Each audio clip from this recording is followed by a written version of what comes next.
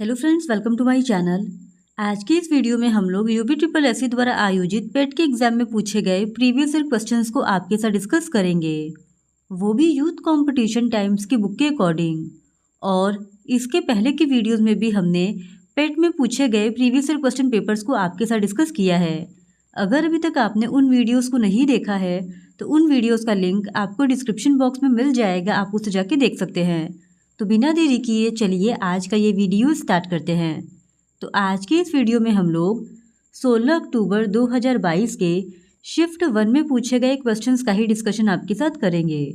तो question number 1 है, निम्नलिखित में से किस अधिनियम ने बैंकों के राष्ट्रीयकरण के लिए शर्तें निर्धारित की? तो इस क्वेश्चन का सही जवाब है ऑप्शन ए, बैंकिंग कंपनियां उपक्रमों का अधिग्रहण और हस्तांतरण अधिनियम 1970। फिर क्वेश्चन नंबर 2, 1991 में नई आर्थिक नीति के तहत उदारीकरण और निजीकरण की पहल का प्राथमिक परिणाम निम्नलिखित में से कौन सा था? तो इस क्वेश्चन का सही जवाब है ऑप्शन सी, वैश्वीकरण।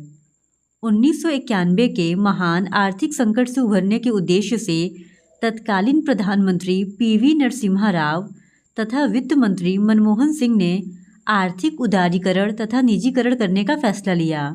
अर्थव्यवस्था के उदारीकरण तथा बाजार के निजीकरण से भारतीय बाजार विश्व के बाजारों के लिए तथा वैश्विक बाजार के लिए भारतीयों की पहुंच में सुगमता आ गई, जिसे वैश्वीकरण कहा गया। फिर क्वेश्चन नंबर 3, निम्नलिखित में से किसे भारत में हरित क्रांति के जनक के रूप में जाना जाता है? तो इस क्वेश्चन का सही जवाब है option B, M S. Swaminathan. M S. Swaminathan को भारत में हरित क्रांति के जनक के रूप में जाना जाता है। फिर क्वेश्चन नंबर 4, संविधान के लिए डीपीएसपी निम्नलिखित में से किस संविधान से प्रेरित थे? तो इस क्वेश्चन का सही जवाब है ऑप्शन सी, आयरलैंड। भारतीय संविधान में डीपीएसपी का जो कॉन्सेप्ट है वो आयरलैंड के संविधान से लिया गया है, और आयरलैंड ने डीपीएसपी के कॉन्सेप्ट को स्पेन के संविधान से लिया था। वहीं अगर बात करें संसदीय शासन प्रणाली की, तो ये ब्रिटेन के संविधान से, मौलिक अधिकार ये संयुक्त राज्य अमेरिका के संविधान से, आपातकाल जर्मनी के संविधान से, और मौलिक कर्तव्य रूस के संविधान से लिए गए हैं। फिर क्वेश्चन नंबर 5, भारतीय संविधान के अनुच्छेद 19 में कौन सा अधिकार शामिल है? तो इस क्वेश्चन का सही जवाब है ऑप्शन बी, वाक और अभिव्यक्ति स्वातंत्र्य का अधिकार। भारतीय संविधान के अनुच्छेद 19 में right to freedom of speech and expression को शामिल किया गया है। फिर क्वेश्चन नंबर 6, संसदीय प्रणाली में लोकसभा कार्यपालिका किसके प्रति उत्तरदायी होती है? तो इस क्वेश्चन का सही जवाब है ऑप्शन ए, विधानमंडल के प्रति। फिर क्वेश्चन नंबर 7, निम्नलिखित में से कौन सी भारतीय संविधान की मुख्य विशेषता नहीं है? तो इस क्वेश्चन का सही जवाब है ऑप्शन बी, द्विस्तरीय सरकार। द्विस्तरीय सरकार भारतीय संविधान की विशेषता नहीं है। फिर क्वेश्चन नंबर 8, एक हॉर्स पावर लगभग कितने वाट के बराबर होता है? तो इस क्वेश्चन का सही जवाब है ऑप्शन ए, 746 वाट। फिर क्वेश्चन नंबर 9, निम्नलिखित में से कौन सी एक रासायनिक अभिक्रिया नहीं है? तो इस क्वेश्चन का सही जवाब हो जाएगा ऑप्शन डी, पानी का भाप में रूपांतरण। ये एक रासायनिक अभिक्रिया नहीं है। फिर क्वेश्चन नंबर 10, पायरिया निम्न में से किसका रोग है? तो इस क्वेश्चन का सही जवाब है ऑप्शन बी, मसूड़ों का। पायरिया एक जीवाणु संक्रमण रोग है जो मसूड़ों के ऊतकों को प्रभावित करता है। इसके जीवाणु को पायरिया एरेवोलारिस के रूप में जाना जाता है। इसके प्रमुख लक्षणों में मसूड़ों से खून आना, ढीले दांत तथा मुंह की दुर्गंध आदि प्रमुख है। फिर क्वेश्चन नंबर 11, फ्लोएम एक ऊतक है जो निम्नलिखित में से किसमें पाया जाता है? तो इस क्वेश्चन का सही जवाब है ऑप्शन ए, पौधों में। फ्लोएम एक पादप ऊतक है। यह जाइलम की भांति ही पौधों की जड़, तना तथा पत्ती में पाया जाता है। यह पत्तियों द्वारा तैयार भोज्य पदार्थ को पौधों के विभिन्न भागों तक पहुंचाता है। फिर क्वेश्चन नंबर 12, भारत की पंचायती राज व्यवस्था में कितने स्तर हैं? तो इस क्वेश्चन का सही जवाब है ऑप्शन बी 3 स्तर।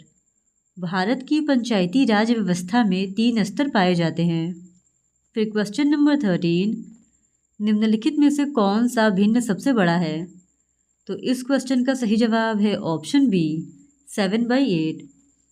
फिर क्वेश्चन नंबर 14, यहाँ मैथ्स का क्वेश्चन पूछा है और इसका सही जवाब है ऑप्शन ए 2.35।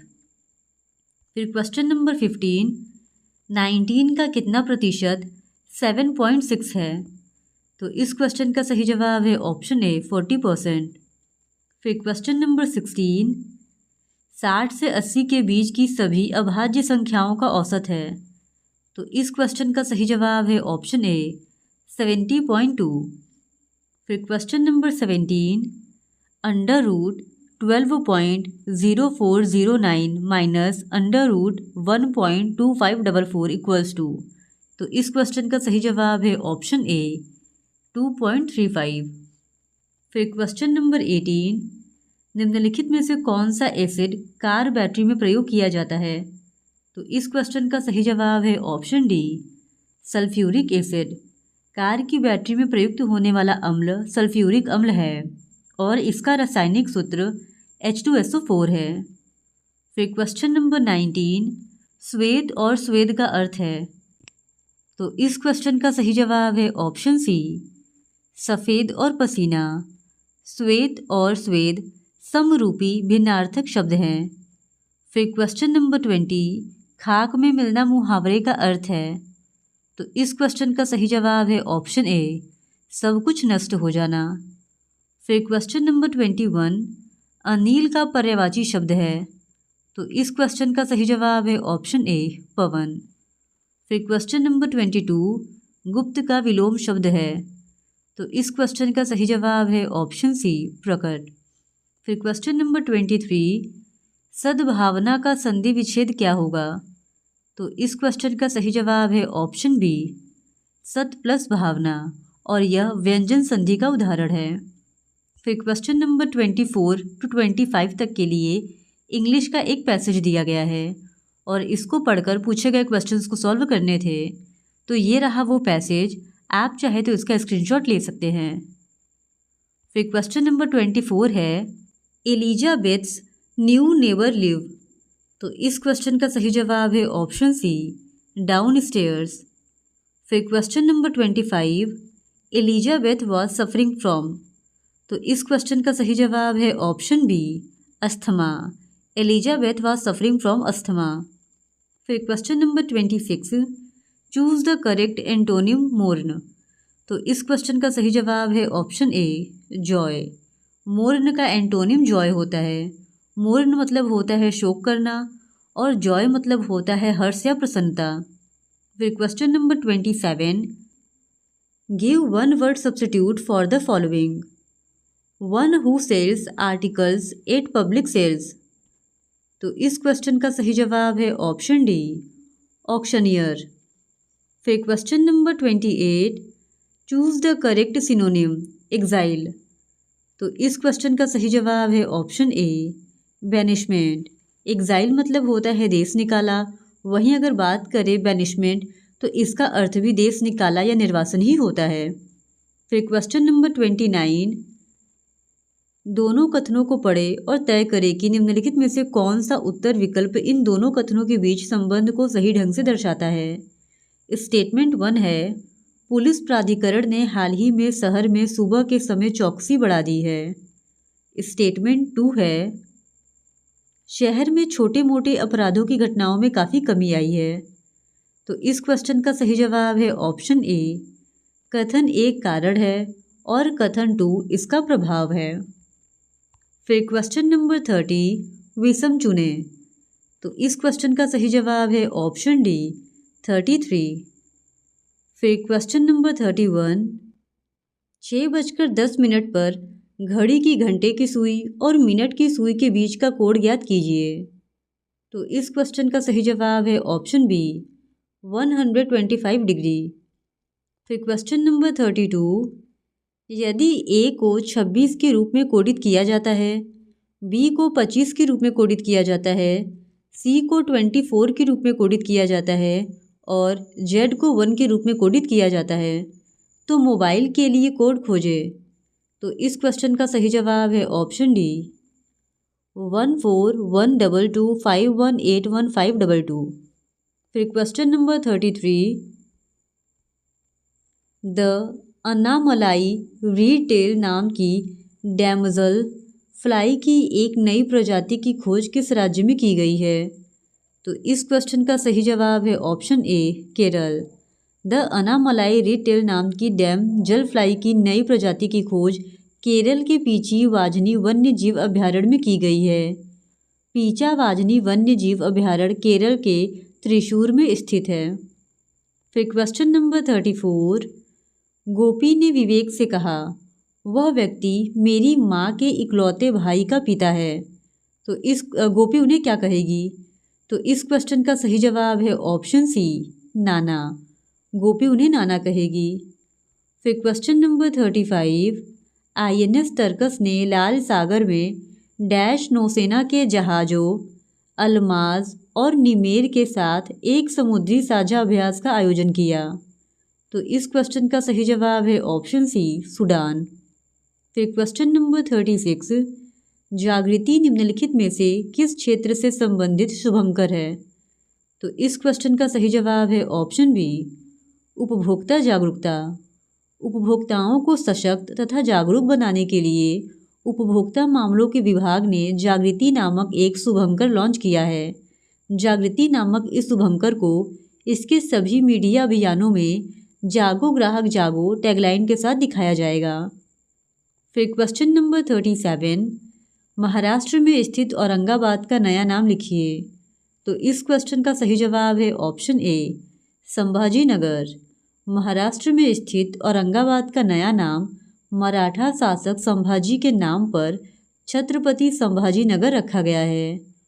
फिर क्वेश्चन नंबर 38, भारतीय पारंपरिक विज्ञान पर किस देश के सर्वदलीय संसदीय समूह को आयुर्वेद रत्न पुरस्कार से सम्मानित किया गया?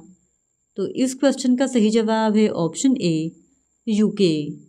अखिल भारतीय आयुर्वेद संस्थान की निर्देशक तनुजा निसारी को यूके की संसद द्वारा आयुर्वेद रत्न पुरस्कार से सम्मानित किया गया। यूके के भारतीय पारंपरिक विज्ञान पर सर्वदलीय संसदीय समूह ने भारत और विदेशों में आयुर्वेद के विकास को बढ़ावा देने में उनके योगदान को मान्यता देते हुए यह पुरस्कार प्रदान किया था। फिर question number 39, Tata power solar ने किस राज्य में भारत की सबसे बड़ी फ्लोटिंग सौर ऊर्जा परियोजना शुरू की? तो इस क्वेश्चन का सही जवाब है option C Kerala. Tata power solar ने केरल के कायमकुलम में भारत की सबसे बड़ी फ्लोटिंग सौर ऊर्जा परियोजना शुरू की।